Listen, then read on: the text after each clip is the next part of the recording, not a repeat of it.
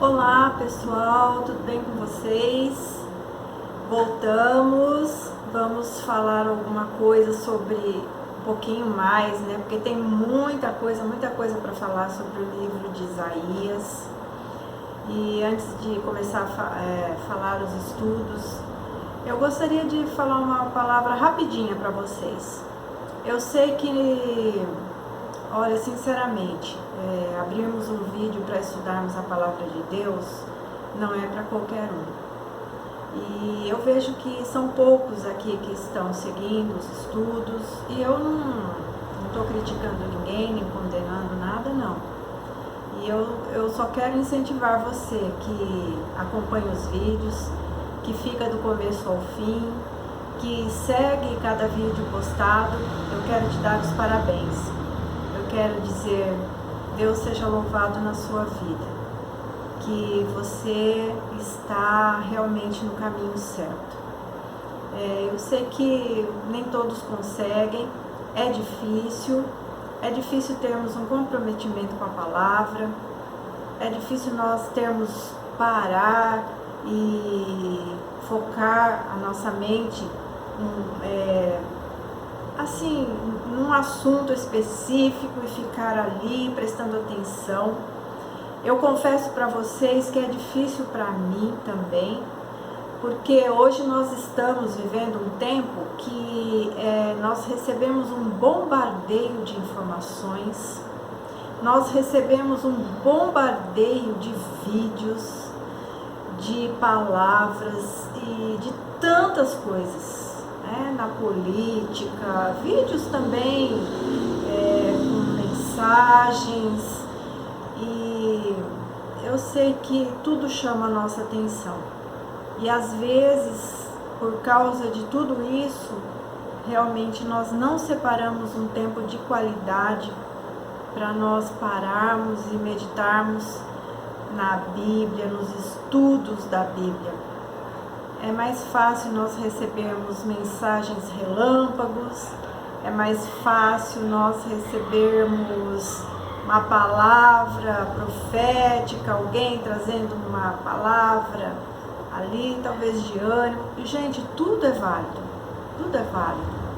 mas nós não podemos perder o foco de estarmos interessados em aprendermos as Escrituras. Eu sei que nós temos que lutar, eu também luto todos os dias, eu também tenho que ter renúncia na minha carne, renúncia pessoal, em sentar aqui nessa mesa, pegar a Bíblia, ler, estudar.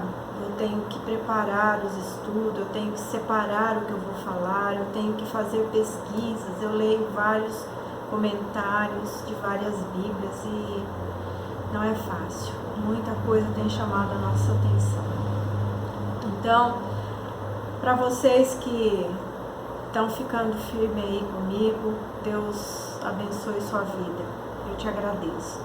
E se você que ainda não conseguiu, meu querido, meu irmão, minha irmã, amigo, conhecido ou não, eu te convido a aquietar um pouco o coração, aquietar a mente, aquietar os pensamentos. Às vezes eu fico enfastiada com tanta informação, com tanta notícia, damos mais prioridades para as notícias ruins, para as notícias de doenças, de morte, e estamos nos esquecendo de pararmos para analisar aquilo que Deus tem falado na sua palavra. Então, eu estou aqui, eu não vou desistir nem desanimar. Eu sei que muitas vezes eu compartilho este vídeo e eu falo, curtam, comentem, compartilhem, vão lá, visitem. E eu vejo que às vezes há visualizações quando eu mando pelo WhatsApp para amigos, meus irmãos, sei lá, enfim. Mas depois as visualizações não estão no YouTube, porque ele mostra que realmente que foi visualizado ou não. Então, infelizmente é assim, né? Então, mas tudo bem. Não tem problema. Eu não vou pagar para que esse vídeo seja impulsionado, não vou pagar para as pessoas assistirem meu vídeo, porque eu pesquisei como poderia impulsionar os vídeos e é pagando para estranhos fingirem que ouve, ficar lá ligado no seu vídeo. Sei lá, eu não vou fazer isso. Isso para mim é fake. Eu quero contar com pessoas reais aqui nesta página, com pessoas verdadeiras, com pessoas que sabem o que estão fazendo aqui. É isso que importa. Outras coisas não importam não. Por isso que quem faz vídeos e eu falo, e às vezes eu até esqueço de falar que é importante que você visite, ouça e você curta e compartilhe. Se você mandar para uma pessoa, se 5 pessoas que ouvem o vídeo compartilha com uma pessoa, serão 10 assistindo, né? E é por isso. Mas eu não estou fazendo os vídeos, eu não comecei esse canal com o intuito de ter seguidores. Eu não sou pessoa conhecida, eu não sou linda, eu não sou famosa, eu não sou artista, eu não sou nada. Eu sou uma serva de Deus que ama a palavra, sou uma professora de escola bíblica, né? Alguém que gosta de pregar a palavra. Só isso. Desculpa meu desabafo, mas é porque a gente quer ver a palavra de Deus sendo respeitada e que as pessoas deem crédito para ela, ok? Mas Deus abençoe você. Bom, nós já fizemos 2 vídeos falando sobre Isaías e eu vou dar sequência agora para falar algumas coisas da divisão do livro de Isaías, porque o livro de Isaías é o mais longo livro que tem dos profetas, dos livros proféticos. Ele tem 66 capítulos. E eu, na verdade, quando eu comecei a estudar, eu pensei, vou falar das profecias messiânicas, né, a respeito de Jesus. Eu nem pensei que o livro era tão comprido, mas ele é um livro importantíssimo, muito lido, um livro relevante, um livro que é muito buscado pelas pessoas por causa das suas mensagens, por causa das promessas, das profecias que são faladas lá. E só que assim, você ler as palavras, as profecias ali isoladamente, trazer para você e você estudar realmente o que para quem foi dito, em que circunstâncias foi dito, qual o propósito daquela palavra, é bem diferente, né? E é muito importante que a gente esteja conhecendo a Bíblia, conhecendo os propósitos de Deus. E eu falei, meu Deus, são 66 livros, eu estou fazendo tudo para extrair a essência desse livro, extrair a mensagem principal, trazer um ensinamento mais compacto possível para vocês. Embora eu sei que eu falo muito, eu gosto de detalhes, gosto de minúcias, mas eu vou procurar extrair a essência dele. Mas hoje eu vou falar o seguinte. Bom, Isaías tem, como eu já falei aqui, tem 66 capítulos e as pessoas, os teólogos, costumam dividi-lo em 2 partes, do capítulo 1 ao 39 e do 40 ao 66. Mas aqui tem também pessoas que faz ali uma divisão em 3 partes. Eu segui essa divisão porque ela vai apenas dar algumas minúcias e não vai fazer diferença. Do capítulo 1 ao 39, então a mensagem, ela é uma mensagem de condenação e confronta assim, com muita dureza os pecados e a infidelidade da nação, tanto de Judá, que era o reino que ele participava. Isaías, ele foi profeta durante 40 anos e ele compreendeu 4 reis, 4 reinados, e ele ali trazia as mensagens de Deus, de condenação por causa da infidelidade da nação e dos pecados e os consequentes castigos que Deus haveria de mandar para eles. Também fala de outras nações e das condenações que Deus haveria de trazer para as outras nações. Então, do 1 ao 39, basicamente, o assunto é esse. Se bem que eu vou fazer um outro vídeo dentro dessa divisão, trazendo coisas importantíssimas, que mais minuciosa dentro desses capítulos ali. Por exemplo, no capítulo 6, quando houve o chamamento dele, mesmo ele já estando profetizando, houve um momento de um chamamento dele, né, que ele ali falou com Deus, né, que ele era um homem de lábios impuros, tal, mas não vou falar agora não. Então vamos ver aqui, né? Então ele condena a infidelidade da nação, mostra seus pecados e o castigo divino. Porém, junto aos prognósticos de juízo contra Jerusalém e Judá, o profeta também prevê o glorioso tempo da vinda do Messias. Então lá no capítulo 9, no versículo 2, ele vai trazer esta seguinte profecia: o povo que andava em trevas viu grande luz, e aos que viviam na região da sombra da morte, resplandeceu-lhes a luz. Oh, palavra maravilhosa! A revelação da vinda do Senhor, que haveria de dissipar as trevas e haveria de vir para destruir, né, a região da sombra da morte. E ele faz essa palavra em meio a uma palavra que ele está dando para a nação, mas ele traz esta profecia. Considerado por alguns comentaristas, os capítulos 24 ao 27, ele é chamado de o Apocalipse de Isaías, pelas palavras, pelas semelhanças com o gênero de literatura chamado apocalíptica. Eu só marquei assim rapidamente. 24:1, né, diz assim: eis que o Senhor vai devastar e desolar a terra, vai transtornar a sua superfície e lhe dissipar os moradores. Então é uma sentença apocalíptica, não era algo para que Deus iria fazer ali, naquele momento. Por exemplo, 25:8 diz: tragará a morte para sempre, e assim enxugará o Senhor Deus as lágrimas de todos os rostos, e tirará de toda a terra o opróbrio do seu povo, porque o Senhor falou.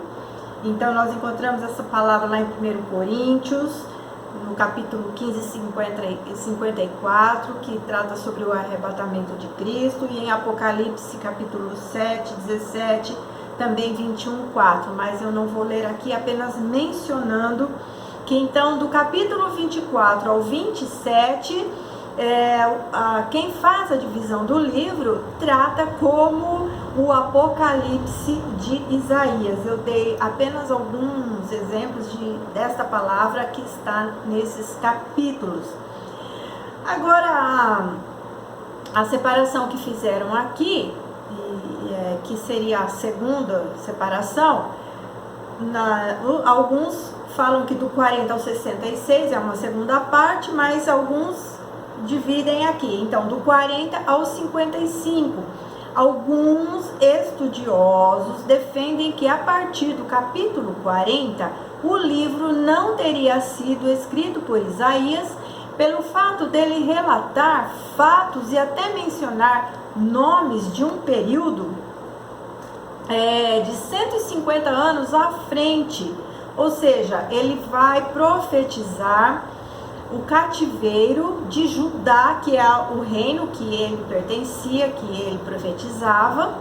O reino de Judá é o cativeiro babilônico. E também profetizou o retorno sob o reinado de Ciro, que foi no livro até citado por ele pelo nome, sendo que isso aconteceu 150 anos à frente dele. E a profecia é tão rica em detalhes que ele relata os acontecimentos citando o nome de Ciro E então as pessoas acham que não foi ele que escreveu os livros, não poderia ter sido ele, mas nós vamos estudar aqui e ver como se diz, a comprovação de que sim, foi ele que escreveu, porque afinal ele era um profeta, né?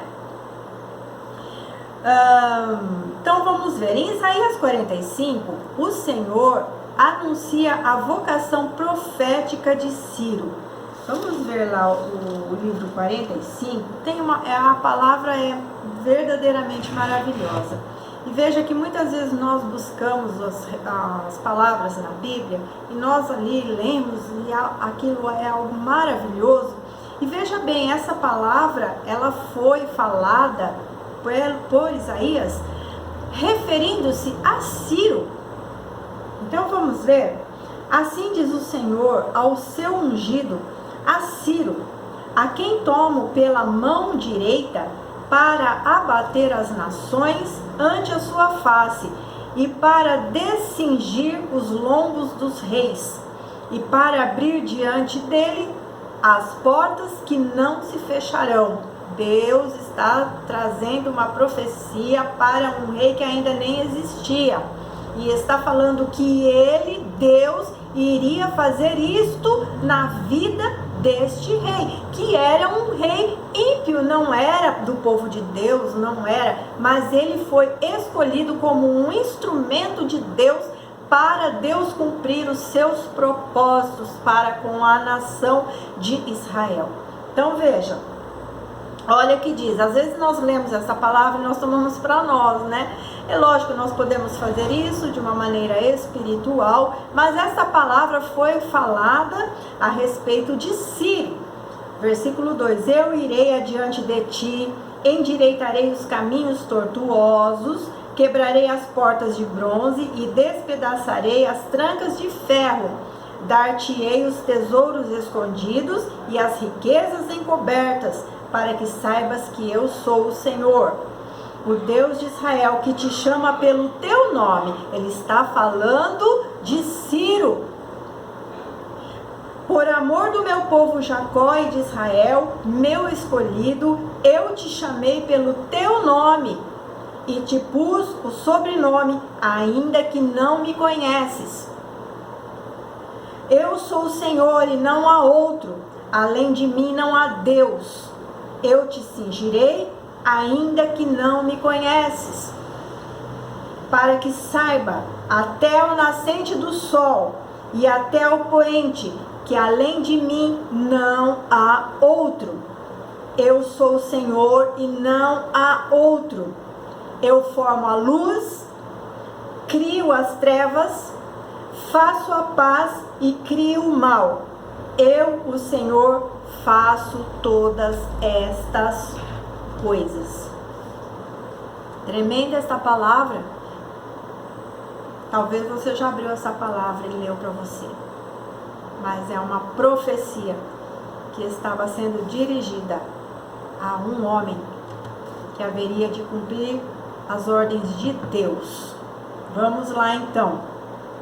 Em Isaías, neste capítulo, então, o Senhor anuncia a vocação profética de Ciro, um rei da Pérsia que foi responsável pela libertação do povo de Israel do cativeiro babilônico, né?